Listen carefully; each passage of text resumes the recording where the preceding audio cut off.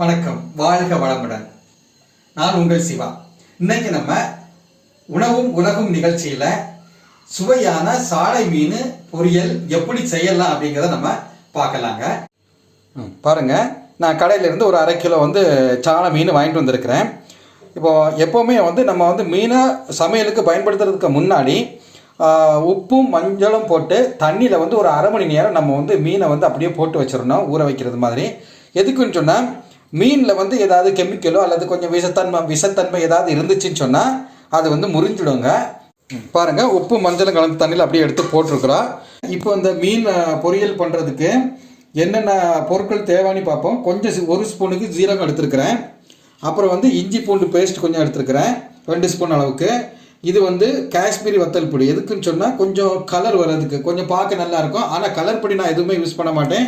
நம்ம சாதாரணமாக பயன்படுத்தக்கூடிய வத்தல் கொஞ்சம் பொடி எடுத்துருக்கிறேன்.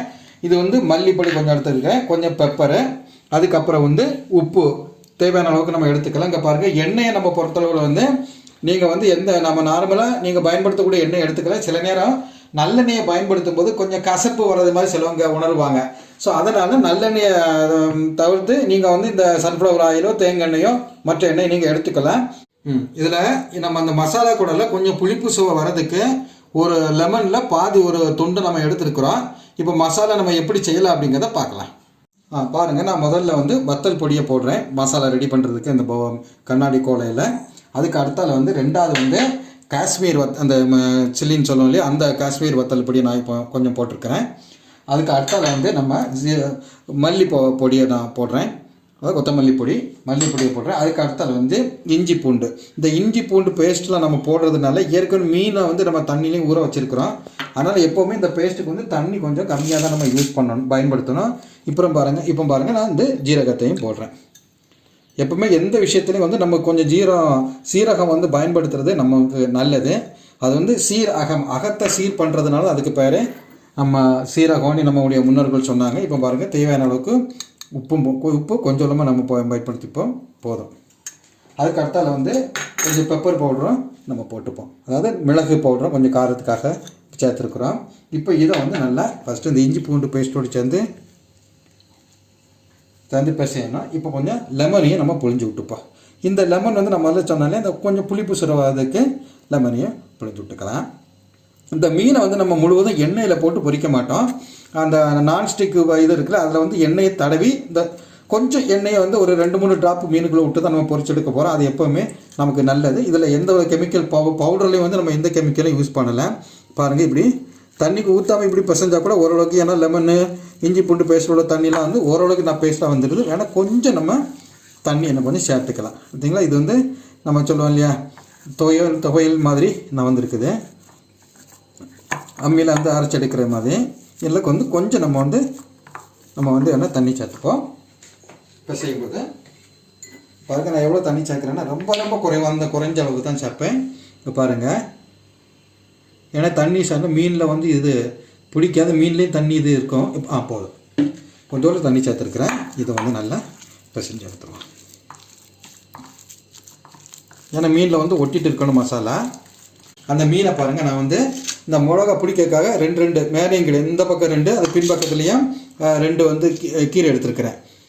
ஏன்னா அப்போ தான் இந்த மசாலா மீனில் நல்லா பிடிக்கும். ஒரு 3 மணி நேரம், குறைஞ்சது 3 மணி நேரம்.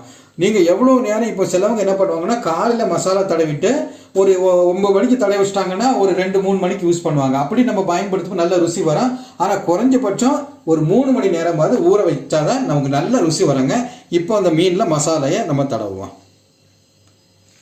பாருங்க, இப்படி மீனுக்குள்ளே போட்டு நம்ம எல்லாத்தையும் நம்ம விரசணும் கொஞ்சம் நேரம். அப்போ எல்லாத்துலேயும் கொஞ்சம் கொஞ்சமாட்டும் இந்த மசாலா யார் மீனில் உள்ள தண்ணியெலாம் இப்போ தான் கொஞ்சம் இறங்க ஆரம்பிச்சுன்னா இந்த மசாலா கொஞ்சம் தண்ணி ஆகும். அதனால தான் நம்ம தண்ணியை முதல்ல கம்மியாக நம்ம பயன்படுத்தணும். எடுத்தீங்களா, இந்த மீன் உள்ள தண்ணி கரையும் இந்த மசாலா இளவி வருது. முதல்ல தண்ணி நம்ம நிறைய சேர்த்துட்டோன்னு வைங்களேன், அது என்ன ஆகுன்னு சொன்னால் இந்த ரொம்ப தண்ணி ஆயிரும். இதில் இப்படி ஒட்டாது, இந்த மாதிரி மீன்லலாம் ஒட்டாது. இப்படி இருக்கட்டும். இந்த மாதிரி நம்ம மீனில் மசாலா இருக்கிற மாதிரி ஒவ்வொரு மீனையும் நம்ம எடுப்போம். சிலவங்க இஞ்சி பூண்டு பேஸ்ட்டெல்லாம் போட மாட்டாங்க. ஆனால் இஞ்சி பூண்டு பேஸ்ட் நம்ம எதுக்கு போடுறோம்னு சொன்னால் ஜீரண சக்திக்கு அது நல்லதுங்க. சிலவங்க வந்து இஞ்சி பூண்டு பேஸ்ட் போடாமல் இந்த கார்ன்ஃப்ளவர் பவுடர்லாம் போடுவாங்க. ஆனால் அதெல்லாம் விட இஞ்சி பூண்டு பேஸ்ட் வந்து மீன் கூட நம்ம யூஸ் பண்ணுறது, மீன் வந்து நம்ம சாப்பிடும்போது நமக்கு வந்து ஜீரணமாக ஈஸியாக, ஜீரணத்தில் வந்து எந்த பிரச்சனையும் வராதுங்க. இப்போ இந்த மீனை வந்து ஒரு 3 மணி நேரம் நம்ம வந்து அப்படியே ஊற வச்சுட்டு அதுக்கப்புறம் எடுத்து பொரிக்கலாங்க. பாருங்கள், இப்போ நான் நான்ஸ்டிக் அடுப்பில் வச்சு நல்லா சூடாகிட்டு இப்போ வந்து இந்த எண்ணெயை வந்து நான் சன்ஃப்ளவர் ஆயில் எடுத்துக்கிறேன். அது சூரியகாந்தி எண்ணெய். இப்போ இந்த எண்ணெயை வந்து இதில் நம்ம நல்லா தடவிப்போம். நல்லா எண்ணெயை எல்லா இடம் படும்படி நம்ம இப்போ தடவிக்கிட்டு, தீயை வந்து நான் எப்போவுமே வந்து கம்மியாக தான் வச்சுருக்கிறேன். ஏன்னா கம்மியாக இருந்து எல்லா இடமும் நல்லா கரியாமல் அழகாக வேகம் தீ கம்மியாக இருக்கிறது பார்த்துக்கோங்க. இப்போ நல்லா எண்ணெய் எல்லா இடம் படும்படி நம்ம தடவியாச்சு. இப்போ 3 மணி நேரம் பாருங்கள், இந்த மீன் 3 மணி நேரம் ஆயிடுச்சு. இப்போ எடுத்து ஒவ்வொன்றாட்டு இந்த இதில் நான்ஸ்டிக்கில் எண்ணெய்க்குள்ளே போட்டு நம்ம பொரிக்கலை, இந்த நான்ஸ்டிக்கில் வச்சு தான் பொரிக்கிறோம். நான் பாருங்கள், சவுண்ட் வருதுக்கு சத்தம் வருதுல, இப்படி தான் பொரியணும். அது அழகாக பொரியும் உங்களுக்கு. ஒரு 5 நிமிஷத்துக்கு ஒருக்கா நீங்கள் வந்து இதை மாற்றி போட்டால் போதும்.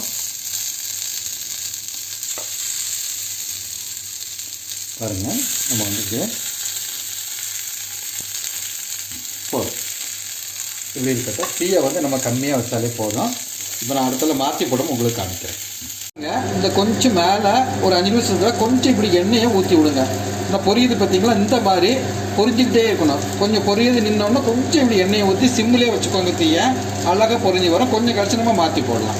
இப்போ பாருங்கள், எண்ணெய் எப்போவுமே கொஞ்சம் கொஞ்சம் நம்ம ஊற்றிட்டே இருக்கணும். இப்படி மீனுக்கு கீழே எண்ணெய் வந்து இப்படி பொரியணும். எண்ணெய் இல்லாமல் இருந்துச்சுன்னா பொரியது கொஞ்சம் கஷ்டமாயிடும். அதனால் எப்போவுமே கொஞ்சம் எண்ணெய் ஊற்றி விட்டுட்டே இருக்கணும் அப்பப்போ. சரிங்களா? இதுதான் ரொம்ப பக்குவமாக பொரிச்செடுக்கக்கூடிய முறை. எண்ணெய் கொஞ்சம் கீழே இருந்துகிட்டே இருக்கணும். இங்கே பாருங்கள், நம்ம அந்த நான்ஸ்டிக்கில் வச்சு எண்ணெய் ஊற்றி பொரிச்சோம் இல்லையா, ஒரு 10 நிமிஷத்துக்கு ஒருக்க மாற்றி போட்டாலே போதும். ஒரு சைடு வந்து 10 நிமிஷம், இன்னொரு சைடு மொத்தம் 20 நிமிஷம் ஒரு மீனை போட்டு நம்ம வந்து இந்த கொஞ்சம் கொஞ்சம் எண்ணெய் காலியாக கொஞ்சம் அதில் எண்ணெய் ஊற்றி இந்த மாதிரி பொரித்து எடுத்துட்டோம்.